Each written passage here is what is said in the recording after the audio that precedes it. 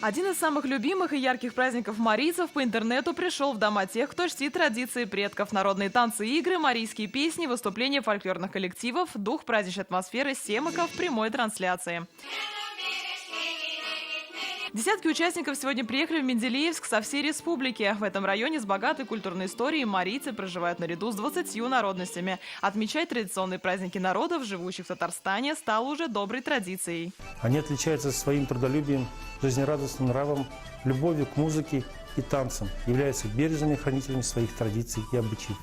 Пусть Семак 2020 года надолго останется в ваших сердцах приятными и добрыми воспоминаниями. Марийский праздник Семак приходит с наступлением лета. Он похож на татарский Сабантуй и христианскую Троицу одновременно. Некоторые его отпраздновали дома. Например, семья Федоровых из Балтасинского района весело и задорно сыграла на гармошках.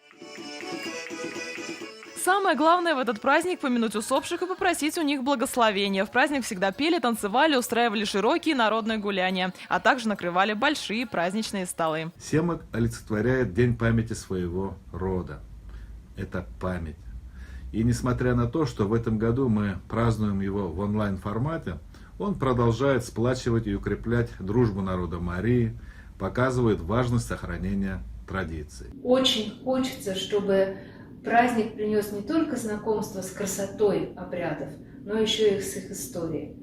К сожалению, в обыденной жизни Наша рука помощи вашему бизнесу. Антикризисные предложения. Телефон 843 5 705 100. Авыр һәм мөмкин кадәр илә булу соралган вакытта ТНВ телеканалы тамашачыларга яраткан фильмын кабат карау мөмкинлеген бирә. Хәзер "Синең күзләр" фильмы ТНВ.ру сайтында бар. Бу көннәрдә өйдә булыйк.